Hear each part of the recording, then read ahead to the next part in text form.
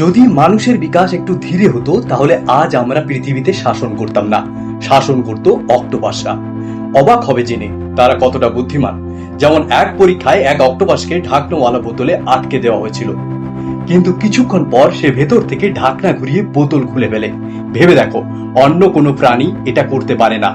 আরেক পরীক্ষায় একটি মাছকে বোতলের ভেতরে রাখা হলো। বিজ্ঞানীরা দেখতে চেয়েছিলেন অক্টোপাস কি ঢাকনা খুলতে পারবে, কিন্তু সে আরো অবাক করা কাজ করলো। ছোট্ট ফুটোর মতো জায়গা দিয়ে টেন্টাকল ভেতরে ঢুকিয়ে চাপ সৃষ্টি করে সহজেই বোতল খুলে মাছ খেয়ে ফেললো।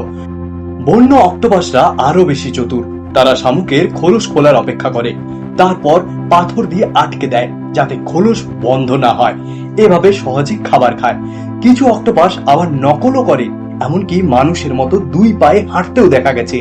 আসলে অক্টোপাসের আছে 9টি মস্তিষ্ক, মাথায় একটি বড় মস্তিষ্ক আর বাকি 8টি প্রতিটি বাহুর গোড়ায়।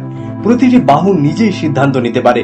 যেমন মানুষ একসাথে ডান হাত ও বাঁ হাত কাজ করতে পারে না, কিন্তু অক্টোপাসের 8টি বাহু একসাথে আলাদা আলাদা কাজ করতে পারে। তাহলে প্রশ্ন হলো, এত বুদ্ধিমান হয়েও কেন অক্টোপাস মানুষ হওয়ার মতো সভ্য হলো না? কারণ তাদের আয়ু খুবই ছোট, মাত্র 2 থেকে 3 বছর। যদিও তারা কোটি কোটি বছর ধরে পৃথিবীতে আছে, কিন্তু যদি তাদের জীবন মানুষের মতো দীর্ঘ হতো তাহলে হয়তো আজ পৃথিবীর শাসন করতো মানুষ নয়, অক্টোপাসরা। ভিডিওটি ভালো লাগলে লাইক, শেয়ার আর সাবস্ক্রাইব করুন।